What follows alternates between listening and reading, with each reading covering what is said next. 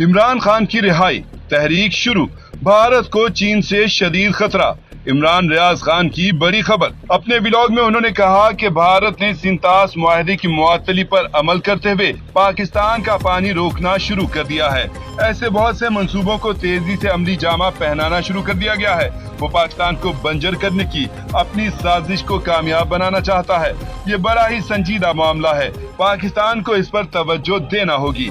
लेकिन दावा किया जा रहा है कि भारत ने ऐसी कोई भी हरकत करने की कोशिश की तो चीन उसका पानी रोक लेगा, क्योंकि ब्रह्मपुत्रा और दरियाए सिंध जिस झील से निकलते हैं वो चाइना के पास है। जिस जगह से ब्रह्मपुत्रा इंडिया की तरफ मुड़ता है वहां चाइना ने दुनिया का सबसे बड़ा डैम बनाने का मंसूबा प्लान किया हुआ है। हिंदुस्तान को इस हवाले से चीन से शदीद खतरा है, वो तकलीफ में मुब्तला हो चुका है। इमरान रियाज खान ने बताया कि कराची, सिंध और पंजाब में इमरान खान की रिहाई के लिए रैलियां निकाली गई हैं। लोग अपनी मदद आप के तहत एहतजाज कर रहे हैं और इस तहरीक में तेजी आना शुरू हो चुकी है। तहरीक इंसाफ के मुख्तलिफ धड़े इस बात पर मुत्तफिक हो चुके हैं कि पाकिस्तान को आगे लेकर जाना है तो इमरान खान को बाहर निकालो।